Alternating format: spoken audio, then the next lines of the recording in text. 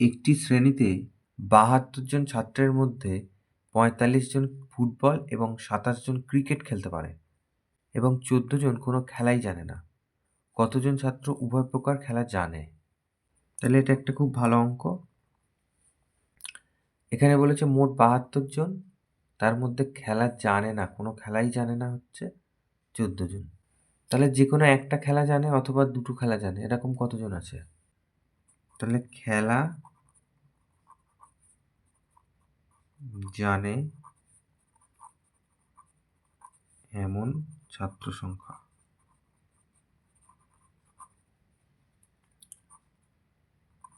Total ৭২ জন, তার মধ্যে ১৪ জন কোনো খেলাই জানে না। তাহলে সেটা বিয়োগ করব। ৪ আর ৮ 12, হাতে ১, ১ আর ১ ২, তাহলে ৫৮ জন।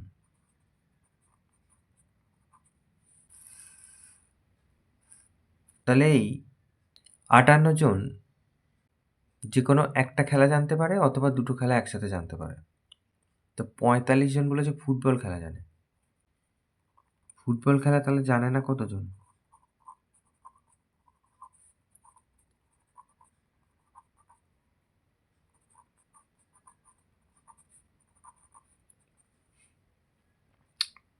আটান্ন জন টোটাল এই যে খেলা জানে, তার থেকে ৪৫ জন ফুটবল খেলা জানে।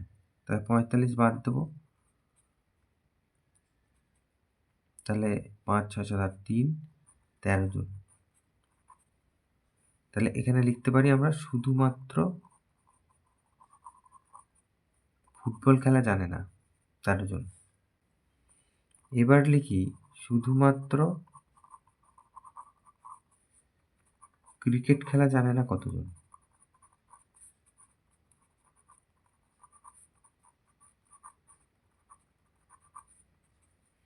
টোটাল এই যে ৫৮ জন খেলা জানে, তার থেকে এই যে ক্রিকেট খেলতে পারে ২৭ জন, তাহলে ২৭ জন বাদ দিয়ে দিই, তাহলে ৩১ জন।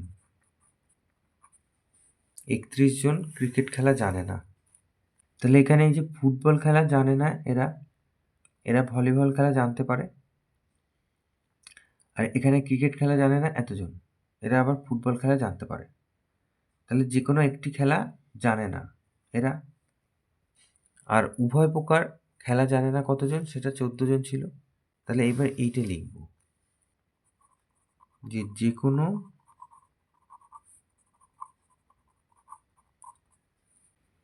একটি খেলা জানে না, এবং লিখি এবং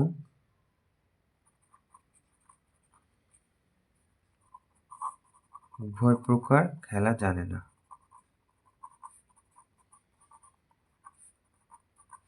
এরকম কতজন? না এই যে ১৩ জন ফুটবল খেলা জানে না, ৩১ জন ক্রিকেট খেলা জানে না, আর ১৪ জন কোনো খেলাই জানে না। তাহলে এই সব কটা যোগ করব। ৪ একে ৫, ৬, ৭, ৮, ৩ একে ৪, ৫, ৫৮ জন। ৫৮ জন তার মানে উভয় প্রকারের খেলা জানে না, অর্থাৎ যে কোনো একটি খেলা জানে।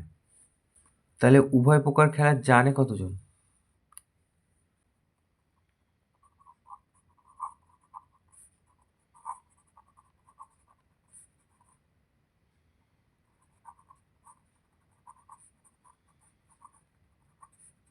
টোটাল ছিল ৭২ জন, তার থেকে ৫৮ বাদ দিয়ে দিই, তাহলে ৮ আর ৪ ১২, হাতে ১ আর ৫ ৬, ৭, ১৪ জন। তাহলে এইটাই আমাদের জিজ্ঞাসা করেছিল, এটা উত্তর।